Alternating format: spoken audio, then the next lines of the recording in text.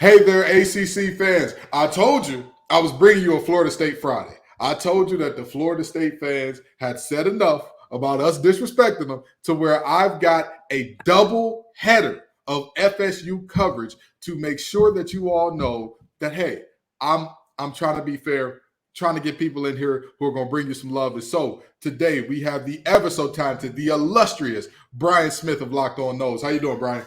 Doing well, buddy. How about yourself? I'm great as always. We're going to get into this thing in depth now, Brian. So I hope, we're going to be honest. Tell me what it is, what it ain't, what it could be, and what it can't, okay? Gonna do it. All righty. We're going to talk all things ACC and all things Knows on today's episode of Locked On ACC. You are Locked On ACC, your daily podcast on the Atlantic Coast Conference. Part of the Locked On Podcast Network, your team every day.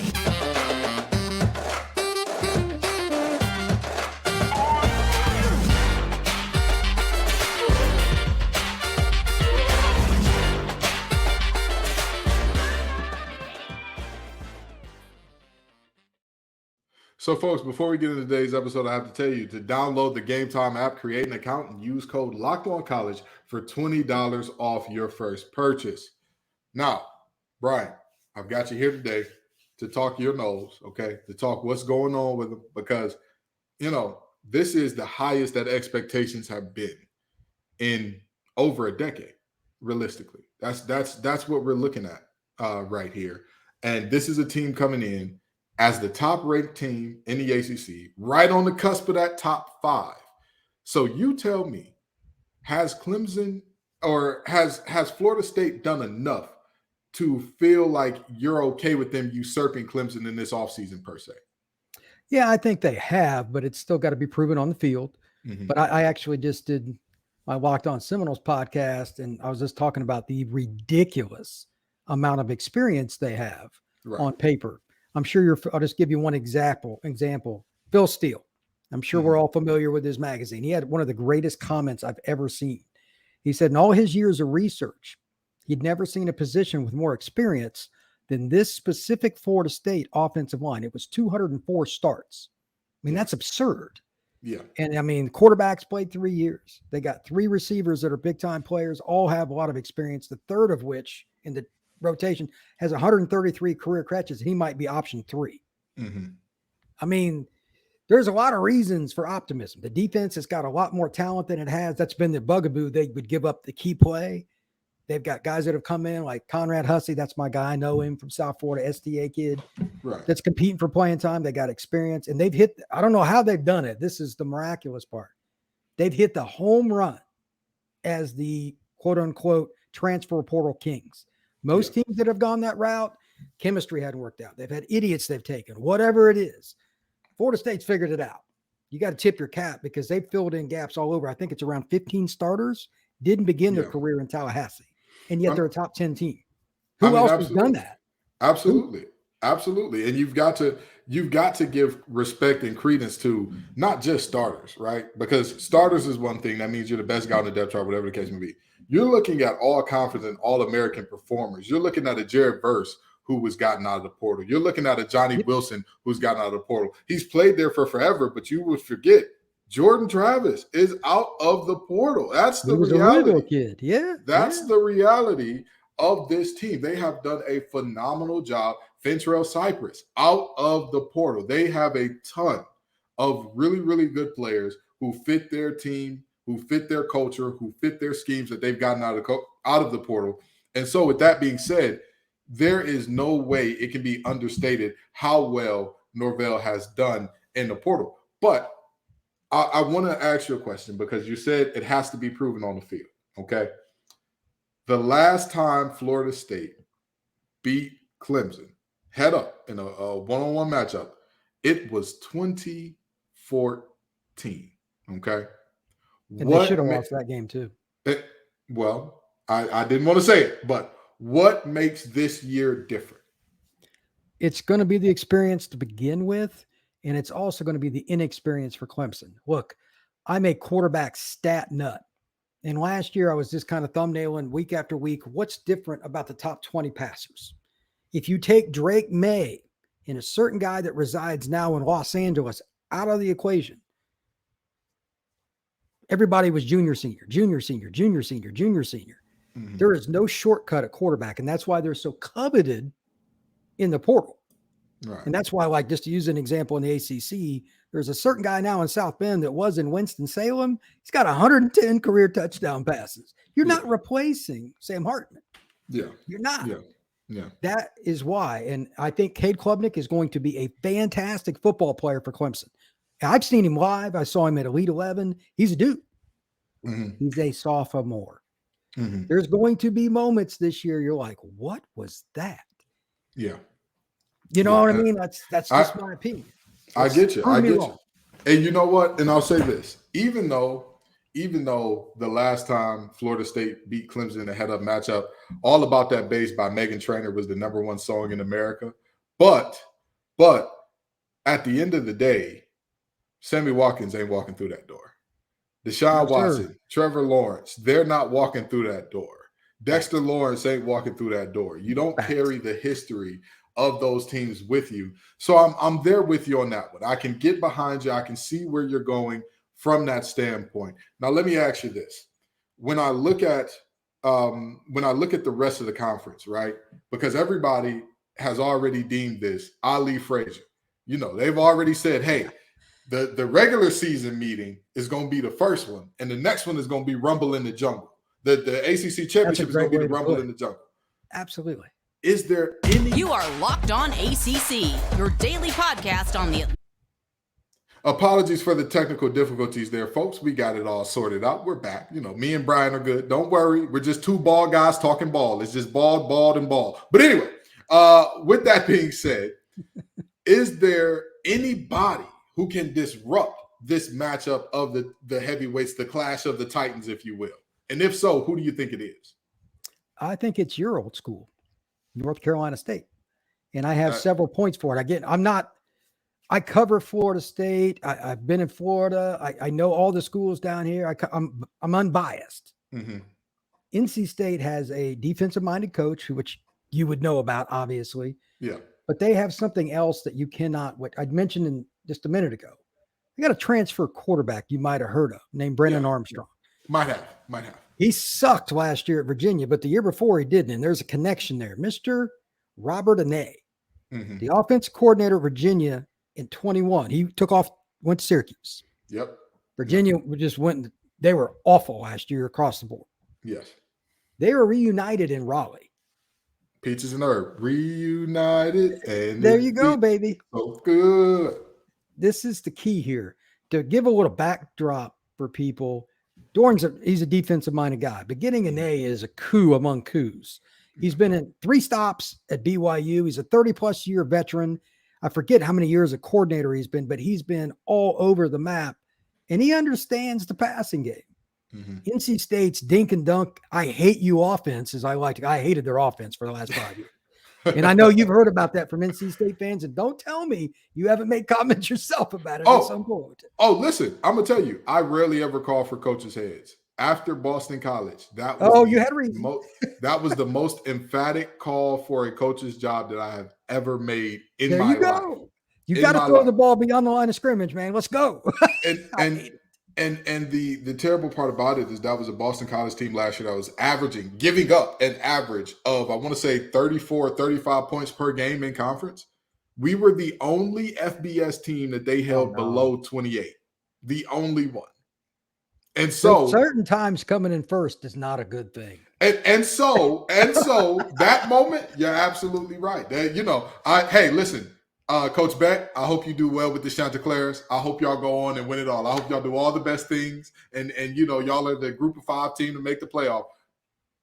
It's been real. It's been fun. I'm glad you're going for Raleigh, brother. I'm sorry. I got to say it, but proceed. Robert Anae is one of the special coordinators, and they've got history. It's a 5th-year senior quarterback, all the 9 million reasons you can think of. Yeah.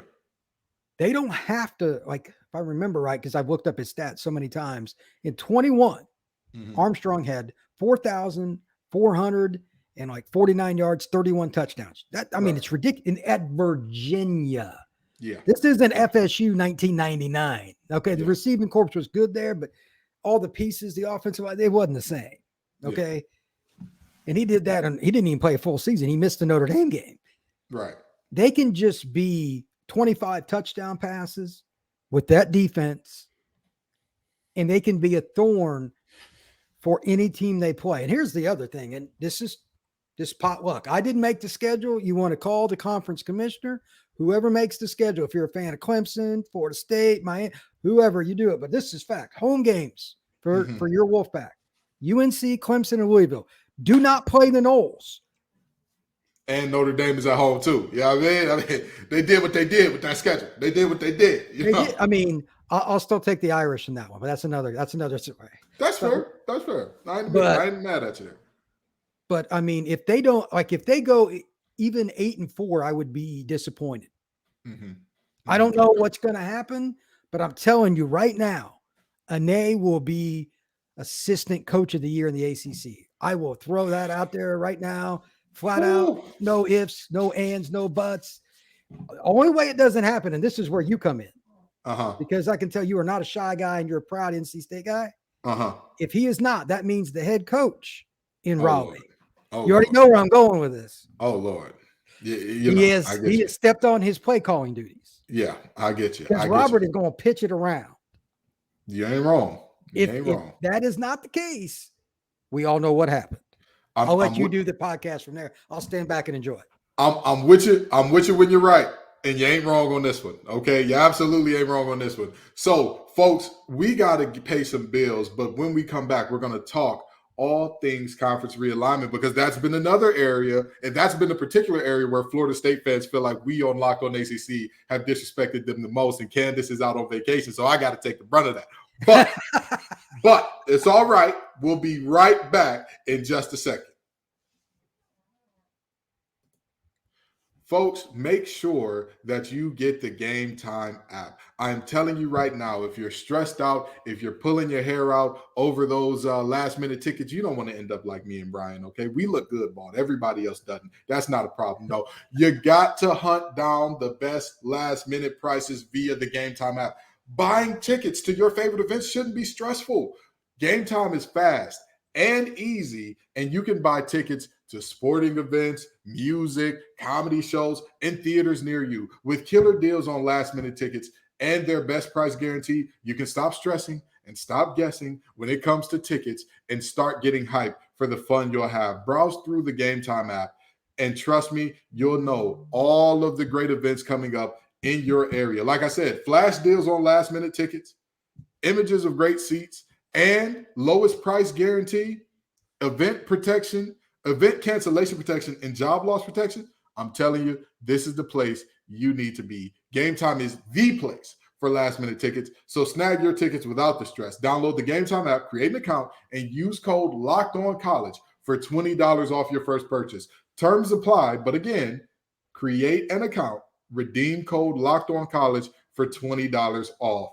Download GameTime today. Last-minute tickets, lowest prices, guaranteed. So, Brian, we got to talk. We got to talk the money, because we're talking in between the lines. We're talking about what they're going to do on the field and that green grass that grows. But now we got to talk about the green that doesn't grow on trees, the one that is coming from these bank accounts and all this realignment. What is going on with Florida State in terms of realignment? And how do you personally feel about how everything's going down with realignment so far? I have more points here than we have time for 6 shows, but I'm going to narrow it down. Right. Well, let's get the highlights. Give me the spark notes of that thing. First things first, I'm a traditionalist. And I know you've probably spoken on this a number of times. I don't mean to step on your toes, but SMU is not in the ACC. Cal is not in the ACC. Stanford is not in the ACC, whether or not they sign a deal.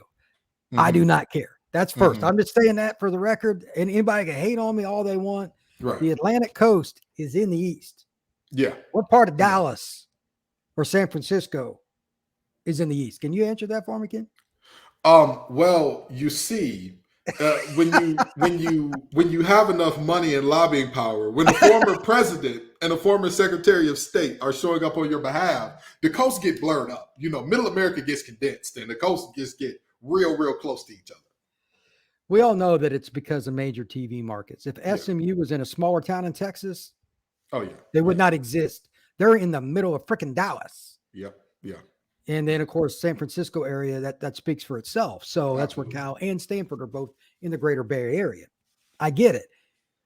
That being said, the grant of rights is still the grant of rights. And I'm going to help Kenton here a little bit because some people apparently, from rumors I've been hearing, that have been shooting out at somebody that happens to be on this podcast with me, but his name shall not be mentioned.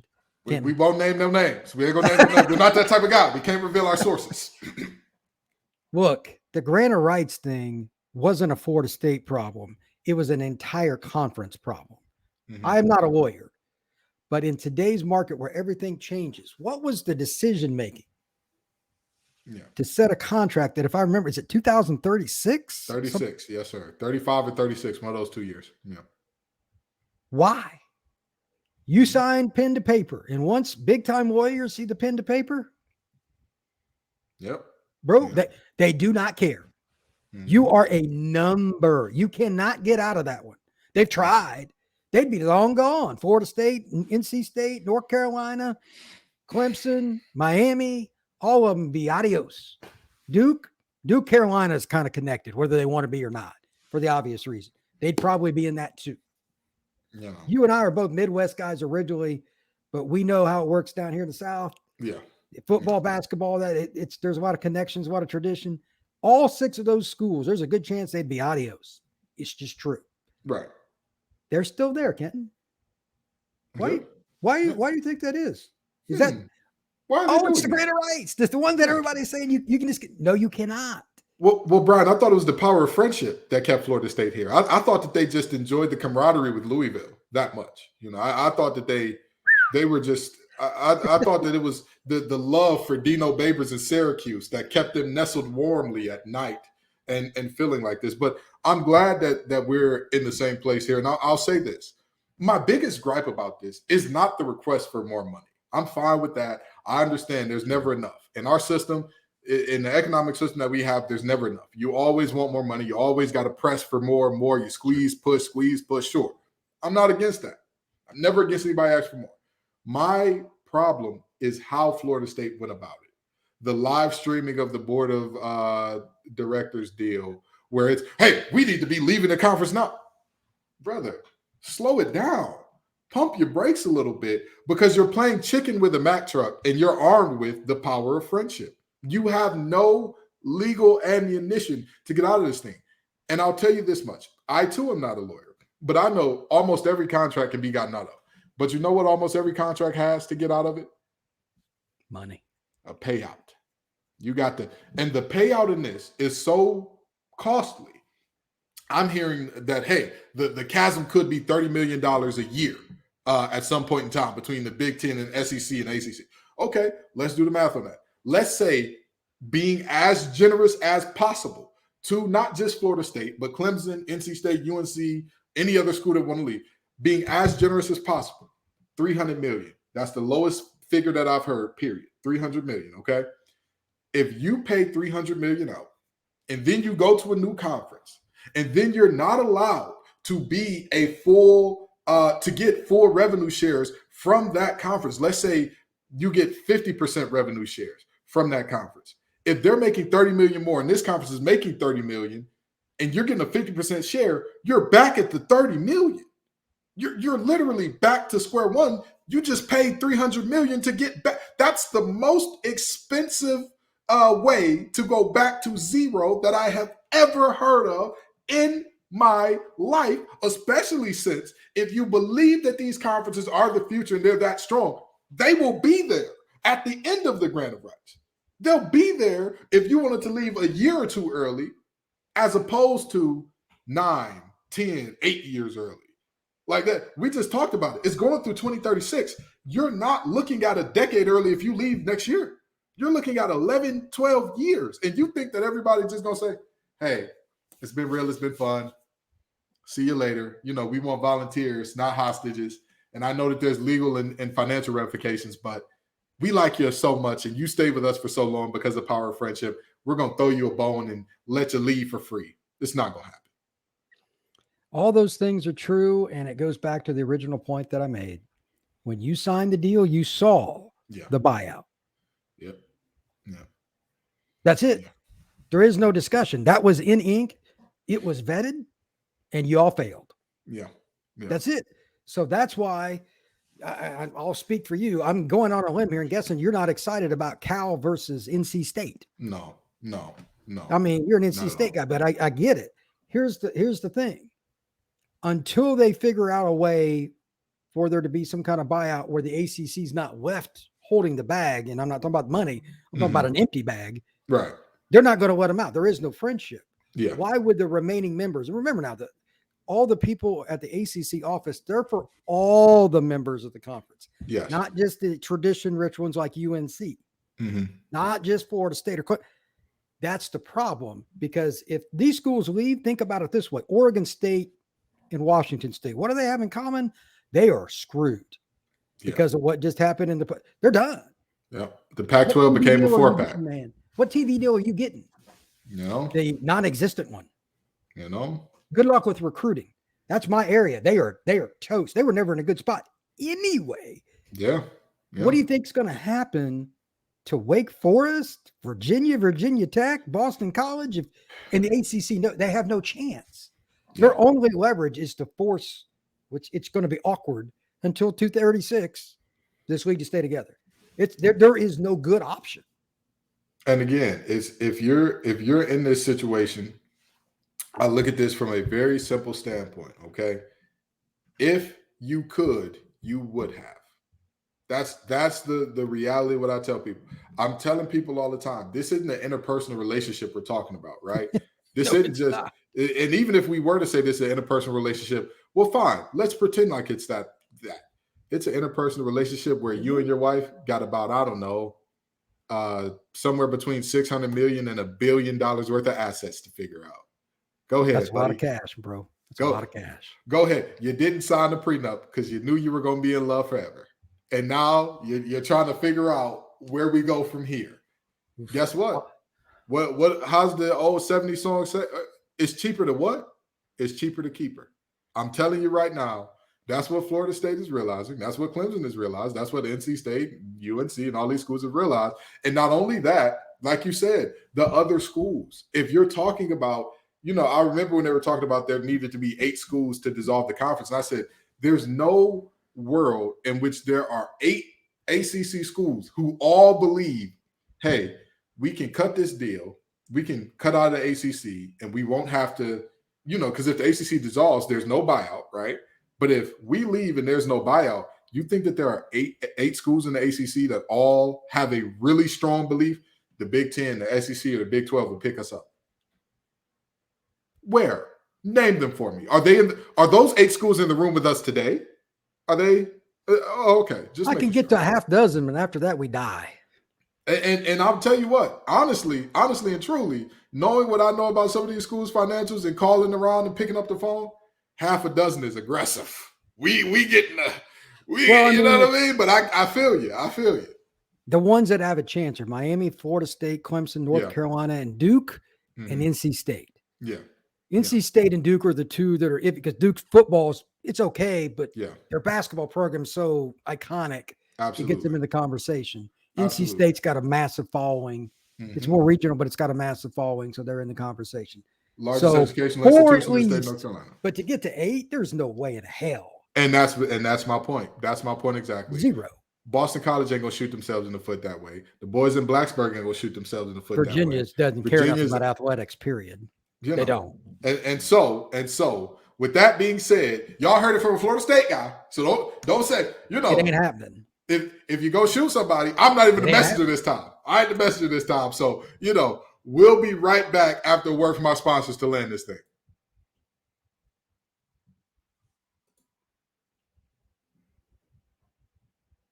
It was absolutely amazing having you on, Brian. We've got to do this again. I'm going to call you up during the season, and I know you're a busy man. I know you're always, if you know anything about Brian Smith, he don't let hair grow on his head. He don't let grass grow under his feet. He is always on the go. And I'm going to tell you what, when we can, we'll get you back on the show because this was a blast. This was a ball. And it's always great to have folks who we are honest about our teams.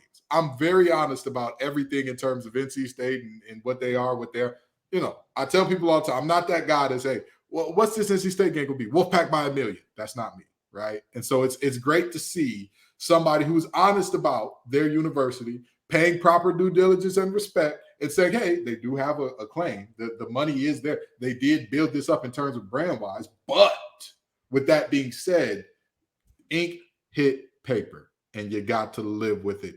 Brian, tell the folks where they can find your work before we get out of here. Let's go with a LockedOn Seminoles, LO_Seminoles. That's the podcast I just started. You can find it on Twitter. You can also find me at FBScout_Florida. Like he said, I'm always moving around. I was just up in Tallahassee checking out some recruits. I'm all over Central Florida. The game tonight I'm going to Miami, New Orleans at Lakeland. Going to be some recruiting stuff going down, and that's an everyday thing for me.